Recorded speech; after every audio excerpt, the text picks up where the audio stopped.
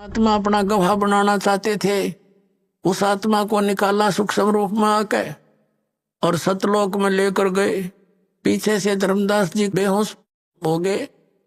3 दिन और 3 रात तक अचेत पड़े रहे, मरे नहीं। दिल धड़कता रहा, श्वास चलती रही, लेकिन अचेत थे। रिश्तेदार इकट्ठे हो गए, आसपास का गांव जितने भी थे सब, बहुत गणे लोग, क्योंकि सेठ था। जंतर मंत्र झाड़े, सब दवाई जड़ी बूटी कर ली, कोई आराम नहीं हुआ।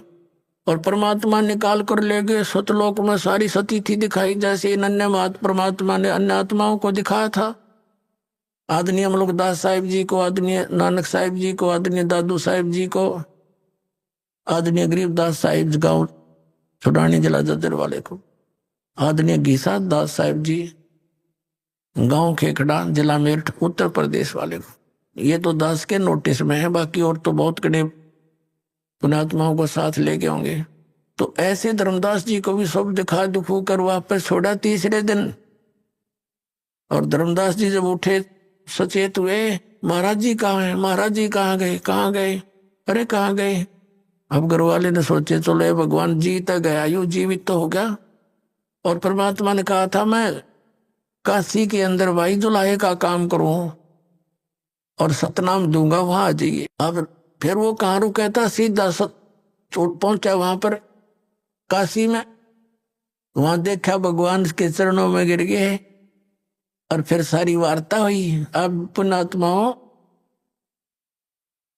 दास ने क्या बताना चाहा था शुरुआत में कि आप जी जो है कितने पुण्यकर्मी प्राणी हो।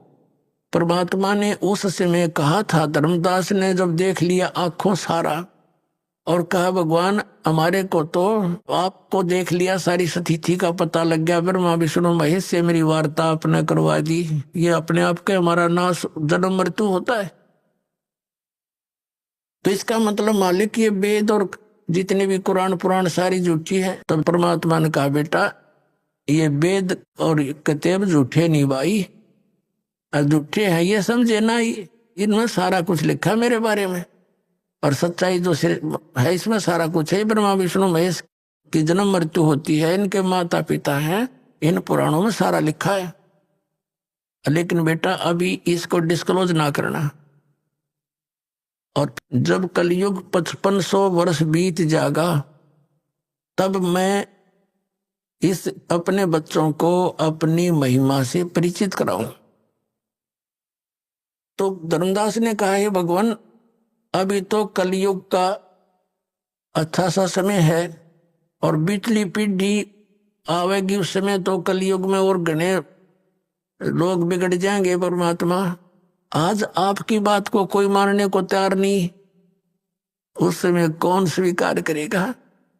तो परमात्मा ने कहा उस समय मैं सबको शिक्षित करूंगा और बेटा उस समय मैं स्वयं आऊंगा और इन सब को यथार्थ ज्ञान से परिचित कराऊंगा। तो पुण्यात्मा धर्मदास जी को समझाया कि धर्मदास मेरी लाख दुआई, ये सार नाम की दबार ना जाई। और सार नाम बार जो पढ़ी बिचली पीढ़ी हंस नितर ही। फिर दोबारा कहा कि धर्मदास मेरी लाख दुआई, ये मूल ज्ञान की दबार ना जाई। ये जो ज्ञान मैंने तुझे बताई अभी ये डिस्क्लोज ना करना, यो नहीं तो ये बिचली पीढ़ी हंस नितर ही। मूल ज्ञान तो तब तक छुपाई जब तक ये 12 पंथ मिट जाई। ये 12 काल के जो पंथ चले हैं इन ये अपना कह सुन लेंगे सारी कुछ, ये सारे चल लेंगे जब तक इनका एंड हो लेगा जो कुछ ये कहना चाहते हैं उसका। और फिर मैं अपना स्वयं जाऊंगा या अपना अंश भेजूंगा। मालिक ने कहा है कि जो गरीबदास जी का 12वां पंथ होगा, ये 12 पंथों में से अंतिम पंथ, तो उसी में आगे चलकर मैं आऊंगा। तो परमात्मा नहीं आए तो दास भेज दिया।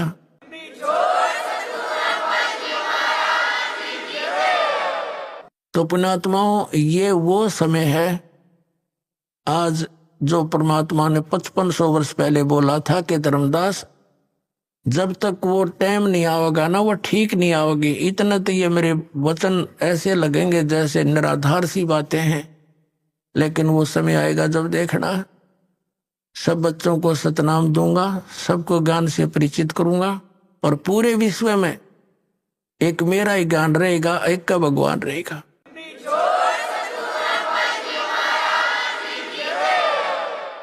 और सबको सतनाम दे करके पार करूंगा, मेरा वायदा है। तो पुण्यात्माओं, आज आपका जन्म इस समय में है। आप कितने पुण्यकर्मी प्राणी हैं, कोई लेख नहीं, दास के पास कोई शब्द नहीं जो आपकी किस्मत को बता सकूं। धन है आपके माता पिता जिनसे जन्म हुआ। बोलो सतगुरुदेव।